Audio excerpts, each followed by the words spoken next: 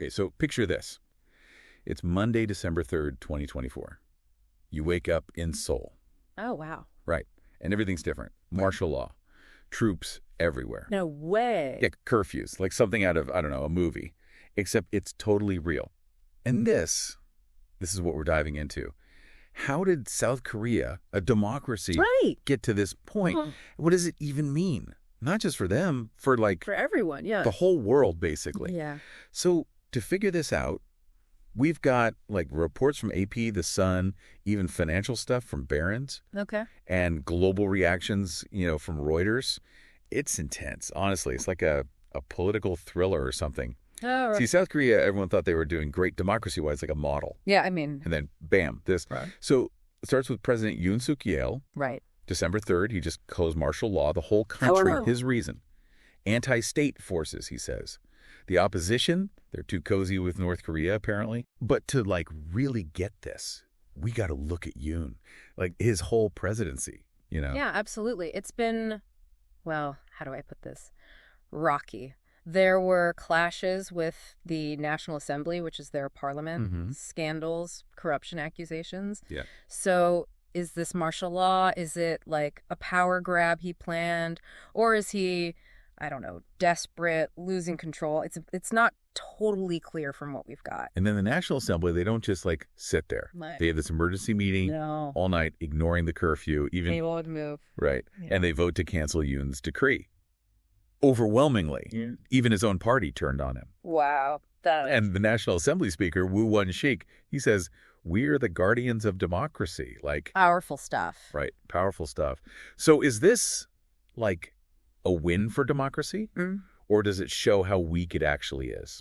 That's the million-dollar question. You see, democracies, most of them, they have these safety nets, some balances, So one part of the government can't just take over. The assembly standing up to the military even, that's textbook checks and balances. Yeah.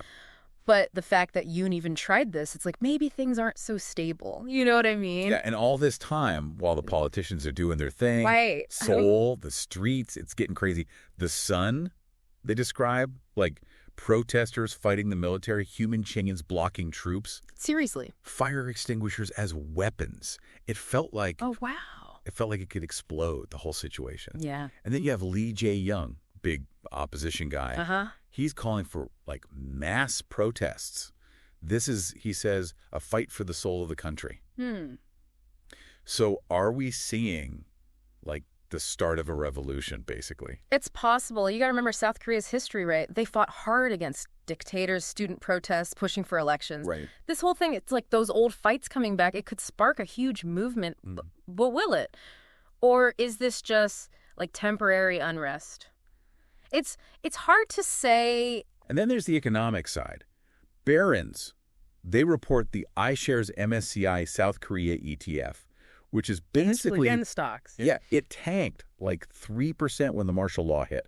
But this, even if you don't own those stocks, right, it matters. This instability, it messes up the whole global economy. Oh, yeah. South Korea, they're huge for semiconductors, batteries, all that tech stuff. Yeah. Any problem there, and it's dominoes. Right. Businesses, people, everyone feels it, even if you're on the other side of the world. Globally, everyone's watching. Reuters, they talk about the U.S. Oh, yeah, they do worried. Yeah, big allies, troops stationed there. It's not just some faraway thing for them. Right. But what about other countries? Anyone trying to step in, mediate? It's too early to say, really. The long-term impacts, we're still seeing them unfold. Yeah. But what's interesting is this isn't just about Korea. It's this global fight, democracy versus authoritarianism. We've seen this kind of power grab in other places, and sometimes it works, sometimes it doesn't. So with Korea, it's a wait and see. Okay, so big picture time.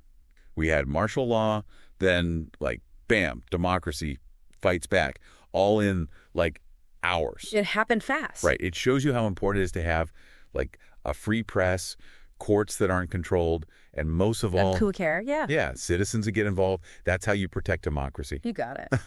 And this, it's not just a Korean lesson. No. This is for every democracy. Power, the law, fighting for your freedoms, those are universal. Totally.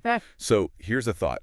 Imagine you're there in Seoul that week. Whoa, yeah. What do?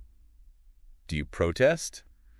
Risk, I don't know, getting hurt, arrested to defend your rights? Yeah. Or do you stay quiet, hope it blows over. That's a tough one. Yeah, it's like when those freedoms are on the line, Yeah. what do you do? Tough choices. For sure. And that's what we got to think about, all of us. Absolutely. Because it could happen anywhere. It could. It really could. Yeah.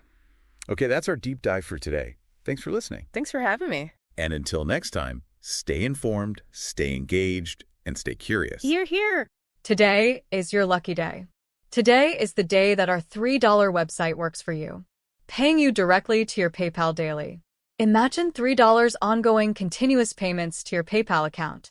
Imagine falling asleep and waking up to $300 in your PayPal account. How would this make you feel?